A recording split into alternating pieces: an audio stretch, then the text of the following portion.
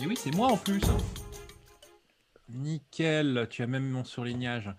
Les gens qui étaient là-bas lors de ma dernière chronique maritime il y a au moins un mois, je vous avais parlé d'une série de prises d'otages due à la situation extrêmement compliquée de la rencontre entre les armureries flottantes.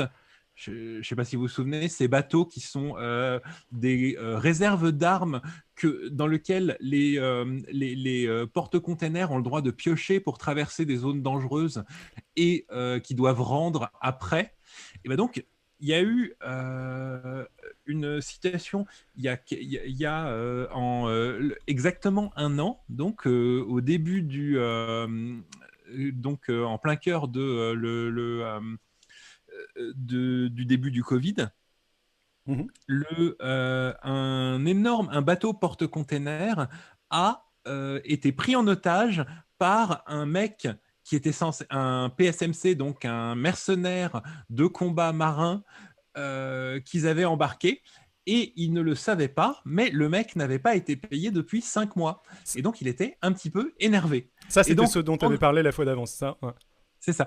Et donc voilà, ce qui m'intéressait beaucoup, ça a été pour rentrer un peu dans les détails.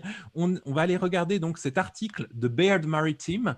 Baird Maritime, c'est un site de news maritime extrêmement institutionnel. C'est-à-dire que son point de vue, généralement, ils vont recopier les communiqués de presse des grosses compagnies qui leur envoient.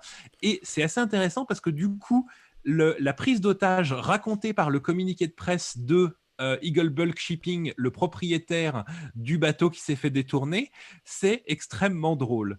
Donc, C'est le donc. 21 juillet, le Supramax porte-container Jaeger a pris à son bord 3 gardes de sécurité dans l'océan Indien avant de traverser la mer Rouge, donc une zone de danger. Vous notez que j'ai noté en rouge, comme la compagnie l'a fait pendant tous les transits à travers la zone de danger depuis plus de 10 ans, euh, en accord avec les best practices de l'industrie. Vous notez à quel point la compagnie a vraiment, vraiment envie qu'on ne l'accuse pas d'avoir fait la moindre connerie. Une fois à bord, un des gardes a refusé de confier ses armes au capitaine du bateau, comme c'est censé être. En fait, s'il y a un danger, le capitaine du bateau rend ses armes aux mercenaires pour qu'ils puissent intervenir. De manière générale, tu n'as pas envie d'avoir des mecs armés qui se baladent n'importe comment. On n'est pas aux États-Unis.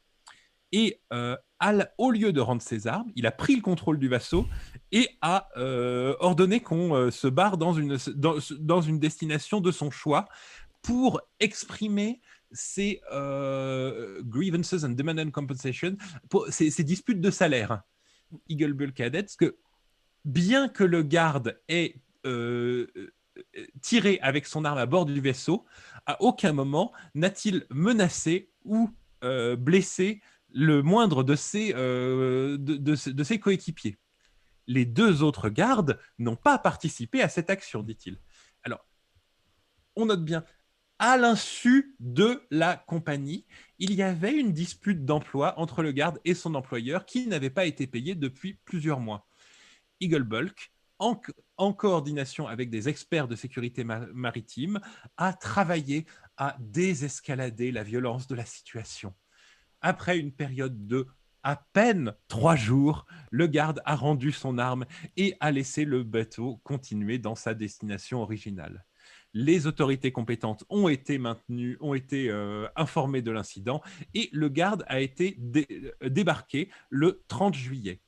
Et alors, vous notez que le garde n'a pas été arrêté, le garde n'a pas été renvoyé ou quelque chose, le garde a été débarqué. Parce que la seule chose qui intéresse Eagle Bulk, c'est vraiment d'établir qu'il n'avait rien à voir avec tout ça. Pas payé depuis 5 mois. Et donc ça, c'est le genre de ton qu'on trouve sur les trucs comme bairdmaritime.com. Donc, qui est le Le 20 minutes de la mer et non pas le Mediapart de la mer. C'est un petit peu. Mais alors du coup, on va aller pour un deuxième article qui continue l'histoire, Qui lui n'est pas dont surligné, le je suis titre est beaucoup désolé. plus Ouais. drôle, Splash 24/7, qui lui a comme public beaucoup plus les gens qui vont sur l'océan. Du coup, t'as pas mes. J'ai pas le surlignage sur les deux autres, je suis désolé. D'accord, oui, Ceci dit, il est très court, je crois, celui-là. Oui, ouais. oui. Mais du coup, mets-moi le début et attends, ne montre pas le SMS qui est Et ils sont ce site-là, je le recommande chaudement parce qu'il y a toujours des commentaires très intéressants de gens concernés, généralement avec des années d'expérience dans le truc et qui amènent des discussions intéressantes. Et donc, le garde armé qui avait pris en otage le Jaeger il y a un mois vient de le refaire. Donc l'Ukrainien qui travaille pour la compagnie de sécurité maritime Alphard. Donc je commenterai ça. On ne savait pas à qui il appartenait dans le communiqué de presse précédent. Alphard, c'est intéressant de le dire parce que c'est des Américains officiellement. Ils sont notoires pour être les moins chers et les plus casseurs du marché. Donc à partir du moment où ils sont les moins chers et les moins regardants sur beaucoup de choses, c'est pas particulièrement étonnant que ce soit chez eux que ça ait payé. Et donc, après avoir été embarqué à bord du Golden Palm, une armurerie flottante, il s'est introduit par la force dans le coin de l'armurerie et il a pris l'équipage en otage, toujours dans une dispute sur son salaire non payé. Splash comprend qu'il y a eu une dispute très tendue entre le garde et l'équipage à bord et qui a néanmoins été résolue.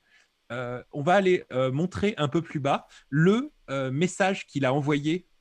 Tu peux nous montrer le SMS ? Je suis en train de descendre. Alors voilà, donc pour expliquer ce qu'il avait fait, je pense que, je ne sais pas si vous arrivez à le voir, mais c'est à mourir de rire. Il a envoyé ce selfie disant « Je suis en ce moment en contrôle de l'armurerie du sultan. Maintenant, j'ai en ma possession 15 sets d'équipements Alphard à une valeur estimée à $200,000. Transférez $100,000 sur mon compte en banque où je commence à balancer des équipements à la mer. Your deadline est à 18h. » Je pense que vous voyez le... Donc, alors, je pense que tu avais déjà montré la photo pour le coup, mais pas le SMS. Non, je te l'avais montré à toi, mais je ne l'avais pas montré lors de la chronique. Ah, d'accord.